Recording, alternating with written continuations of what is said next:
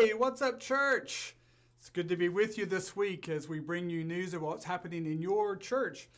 Folks, we ended February very well. We had good church services there, and one of the things that was debuted this past Sunday was our annual Youth Envelope Fundraiser.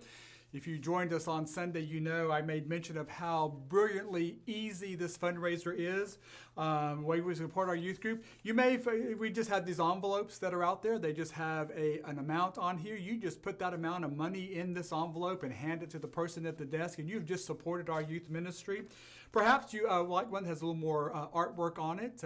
This is your lucky day, and so we want to say thank you to those folks who are participating in the Youth Envelope Fundraiser. I believe on this first Sunday they raised over $1,300 that helps support our youth and all their mission activities that are there. So thank you for those. We're going to continue this for all throughout March, so through March 28th. So if you have not had an opportunity to give, you can do that. You can also donate online through our PushPay app. If you have any questions on that, you can call Jordan or call the church office and we can work you through that. We just want to say thank you for your support of the Youth Envelope Fundraiser. Also, another way that folks are helping our youth, of course, is our Scrips. They have replenished the book, as we say. So if you are looking for gift cards from H-E-B or Walmart or Sonic, Taco Bell, Dairy Queen, Starbucks, all those wonderful local favorites that are here.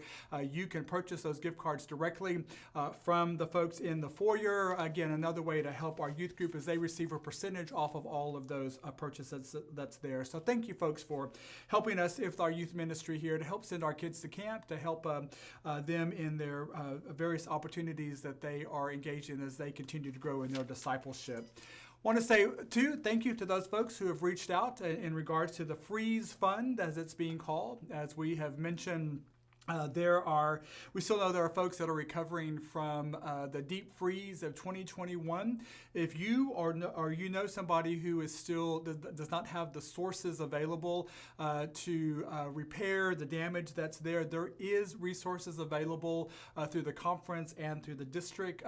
What we understand is a lot of people have the resources, but they're just not able to get plumbers or plumbers not able to get the supplies. Don't know that we can help a whole lot with that, but we do want to say again, if you or you know somebody who is in need of some financial resources to help pay for the damage from the deep freeze, please give us a call here in the church office. We'd love to help you out with that. Other thing that's coming up, I cannot believe we're in March already, and spring break is coming up this next week, March 8th through the 12th. Normally for us around here, that would be when a group of us would go down to the valley for our Build-A-Home. That is obviously being delayed this year until June. But we do have an opportunity to be the hands and the heart of Christ during spring break. One of the things that our mission team has done this year is we're going to work more closely with Youth Odyssey. And if you drive up and down 37, you know that there's a ropes course out around somewhere around Mathis or Odom, somewhere over there, I believe it is. And it is in need of some cleanup and some repair. And so we have been offered the opportunity to go out, I believe it's on Thursday the 11th and possibly Friday the 12th, just kind of get that facility cleaned up and ready for the summer groups that will be there. So if you're interested in helping with our missions team and with Youth Odyssey next week during spring break, I invite you to give us a call here in the church. We'll have more information on our news and notes and our webpage about that as well. Speaking of workday, our church workday is still scheduled for March the 20th on that Saturday. As you know, we do that every year as we get ready for Easter. We like to spruce up our campus. Of course, this year, after the freeze, we have some extra landscaping work to be done. We're waiting to see just how extensive the damage is. But we're calling all folks to come out on that day. We'll be here from 8 to noon on that Saturday, March the 20th. If you've got chainsaws or rakes or gloves and pruners and whatever, just come. There'll be something to do. We look forward to a good group of folks here helping us get everything cleaned up around our campus. Speaking of Easter, we are still on track to do all of our normal activities that's there. Some of the really fun things that are happening this year on the 27th of March, our kids are going to have a flashlight scavenger hunt, and that seems like a lot of fun. Alyssa has done a great job of putting that together along with our Children's Council. So hope that you will be mindful of that. And that'll be in the evening from 7:30 to 8:30 here on our front lawn of the church. And it's just going to be a lot of fun. I'm just going to leave it at that. Hope that you would follow up with that. Also, because Easter is coming up, we always depend on our church for Easter egg donations. And so if you could bring some filled Easter eggs, that would be great. We are going to do our traditional Easter egg hunt on Easter Sunday. So just let you know that we are still on track for all that, and hope that you'll participate as well. Want to thank you folks who have gone to our Viewers to Doers page. We just actually looked at the analytics this morning, and you folks do what you say you're going to do. You actually have visited that page, and we appreciate that. Again, ways that you can become more involved and actively engaged in the life of this congregation, and we invite you to continue to do that as we continue to make changes to that page and our web page as well.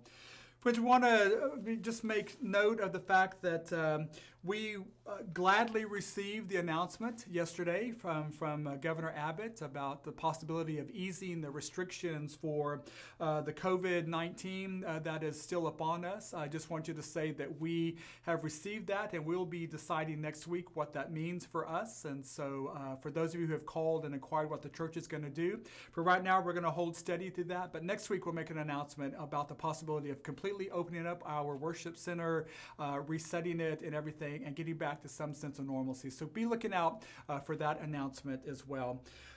Folks, finally, I just want to say thank you so much for those of you who have participated in our sermon series. It has been a lot of fun.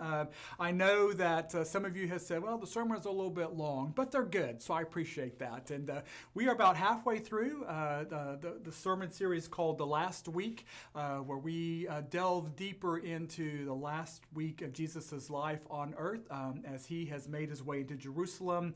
If you've been following along, you know that the course has already been set for the conflict that will happen that would result in Jesus' conviction and death on Good Friday. This week we'll be in the Gospel of Mark, chapter 14, verses 1 through 11, as we talk about Wednesday of the last week. So just invite you to be a part of that. As always, we live stream our services. You can find that at portlandmethodist.org. We are meeting in person as well, both at 9 o'clock and at 11 o'clock. Folks, again, thank you so much for all that you have done and for your words of encouragement and affirmation. We are moving on with the stuff that we do here in the life of this church, and we appreciate your participation in that as well. We look forward to seeing you all very soon. You'll have a great week. Bye-bye.